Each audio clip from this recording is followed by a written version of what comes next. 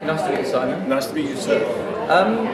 If you go back before your published self, what sort of advice would you give yourself?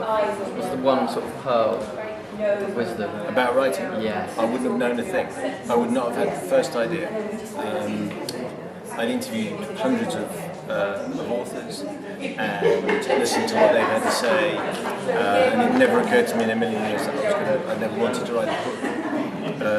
So before I actually started, I wouldn't have had the first idea at all. It was only once I started writing this book and sort of became possessed by it that I realised that I needed some kind of structure and needed some kind of process which I had to get from someone. But before I started it, I wouldn't have had a clue. Obviously, you had all the science experiments going on stage today. Did you have to consult an expert all through the process of writing? No, well, what happened was I wrote the book entirely without anybody knowing anything about it. No one even in the family knew the subject of what I was writing. I'd just come across this idea of an element hunter, about someone who collects the periodic table, and I was convinced someone else would have thought of it before me. But then, having realised that they hadn't, I wrote this story, knowing that I'm not a scientist. Neither do I claim to be a scientist.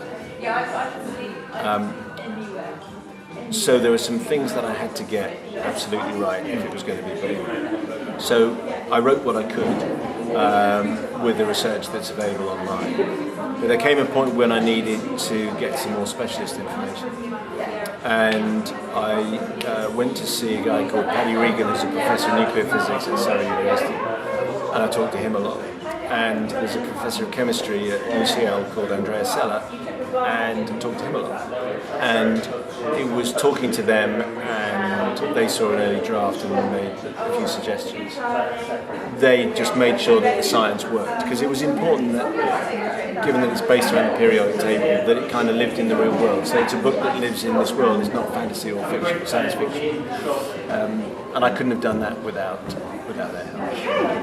How have you found the festival experience, being your debut novel?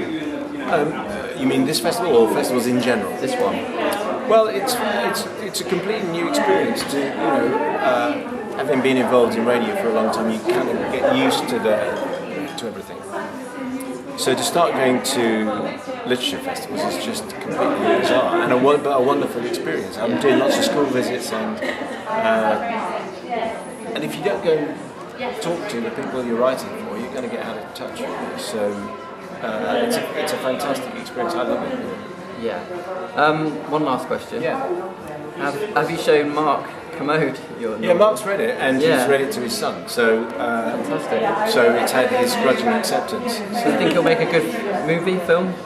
Well, I'm the wrong person to ask. I think it would make it fantastic. I'm just hoping that some filmmakers, think of that. I mean, the thing about books into movies, it seems to be a complete lottery. I mean, Owen Colfer's books, they've sold millions around the world, and there still isn't a book. Sure, yeah. They're working on it. The Alex Rider books, I mean, millions and millions around the world. They made one Alex Rider film. It never even got released in America.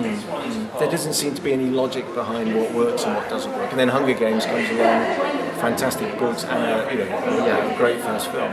So if it's down to me, obviously I think this is great, and the second one even more so, I think. But that isn't my decision. So all I can do is write the best I can, and then hope someone else makes a film of it.